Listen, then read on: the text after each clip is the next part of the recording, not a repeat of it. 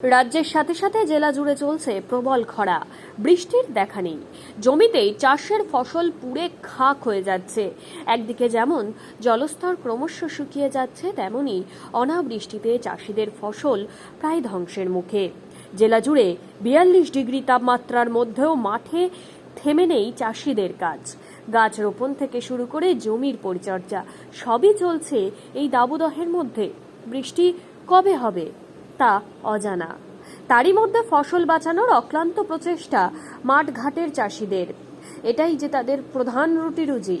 আর বৃষ্টি না হলে একদিকে যেমন ফসলের ক্ষতি, অন্যদিকে ঋণ ধার করে চাষবাস করা একেবারেই জলে চলে যাবে। প্রবল ক্ষতির সম্মুখীন হবে চাষিরা। আর এমনই দুশ্চিন্তার ছবি দেখা গেল নদিয়ার কৃষ্ণগঞ্জ এলাকায়। সেখানকার চাষিদের বক্তব্য একটাই, যে বৃষ্টি চাই, না হলে পরিবার নিয়ে পথে বসে যেতে হবে। এমন খরায় কোনো ফসল টেকানো যাচ্ছে না, তাই ঈশ্বরের কাছে একটাই প্রার্থনা, বৃষ্টি চাই। অন্যের জন্য কাজ করা হচ্ছে। কেন করছেন এত গরমে? কষ্ট হচ্ছে তো? কষ্ট তো হচ্ছেই, কষ্ট না করলে হবে কি করে বলো, সংসার চালাতে হবে।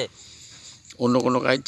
অন্য আর কোনো কাজ নেই, ফসলটা ঠিক করতে হবে, চাষ চাষ করতে হবে, না করলে হবে কি করে বলো। আপনার নাম কি? আমার নাম নাম কি বলেন? রঞ্জিত বিশ্বাস। ঠিক আছে। খাবো কি?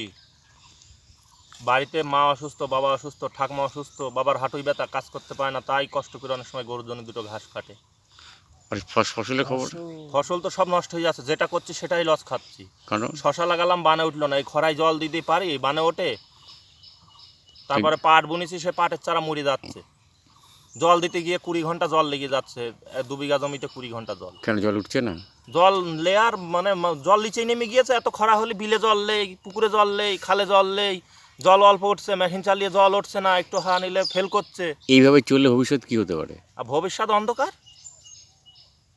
আমাদের আস্তে আস্তে জীবন অন্ধকার হয়ে যাচ্ছে। তো চাষ করে মার খাচ্ছি, আমরা ঋণ হয়ে যাচ্ছি। কোথাও থেকে জায়গা আছে, সারের দোকানতে দুটো সার 500 টাকা নিচ্ছি, 300 টাকা দিচ্ছি, 200 টাকা ঋণ থাকছে, সে ঋণ আর শোধ করতে পারছি না। ওষুধ আনছি, ওষুধ এই খরায় ওষুধ দিয়ে ওষুধে কাজ করছে না, পোকা মরছে না, সে ফসলও হচ্ছে না, ওষুধ এদিকে কিনে আনছি টাকা দিয়ে। গরম পড়েছে, এই গরমে কাজ করতে গেলে রোদ্দুরে একটুখানি থাকলে মাথাটা যন্ত্রণা শুরু করে দিচ্ছে, কোনো কাজ করতে পারছি না, শরীরের মধ্যে বিভিন্ন ধরনের রোগের সৃষ্টি হচ্ছে, ঘন ঘন জল খেতে হচ্ছে। তাও আপনাদের এই গ্রামের চাষিরা কতক্ষণ কাজ করছে? কত সকালে আসে, কত বাড়ি চলে যাচ্ছে? এই গ্রামে আসে 5টার দিকে আসে, তা দুপুর টাইমটা বাড়ি থাকে, তাছাড়া সবসময়ই মাঠেই পড়ে থাকে।